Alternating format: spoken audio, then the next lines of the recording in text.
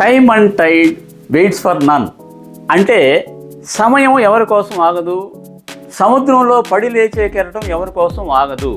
ఉదాహరణకి నీవు 2 గంటలకు ఒక మీటింగ్ పెట్టావు, చీఫ్ గెస్ట్ ఇంకా రాలేదు, సమయం 2 అయింది, చీఫ్ గెస్ట్ రాలేదని సమయం 2 గంటల వద్ద ఆగిపోదు, 2:30 అవుతుంది, 3 అవుతుంది.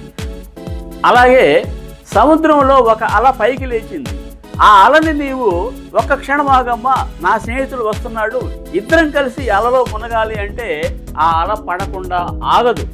అలాగే నీవు ఇంటర్మీడియట్ కానీ డిగ్రీ కానీ చదువుతున్న విద్యార్థివి అయితే నీ సమయాన్ని నీవు చాలా జాగ్రత్తగా వాడుకోవాల్సిన అవసరం ఉంది. ఎందుకంటే ఈ 5 సంవత్సరాల కాలంలో ఒక ప్రణాళికాబద్ధంగా, ఒక డిసిప్లైన్డ్గా నీ చదువులు కొనసాగించినట్లయితే ఈ 5 సంవత్సరాలు అయిపోయిన తర్వాత నీ భవిష్యత్తుకి బంగారు బాట ఏర్పడుతుంది.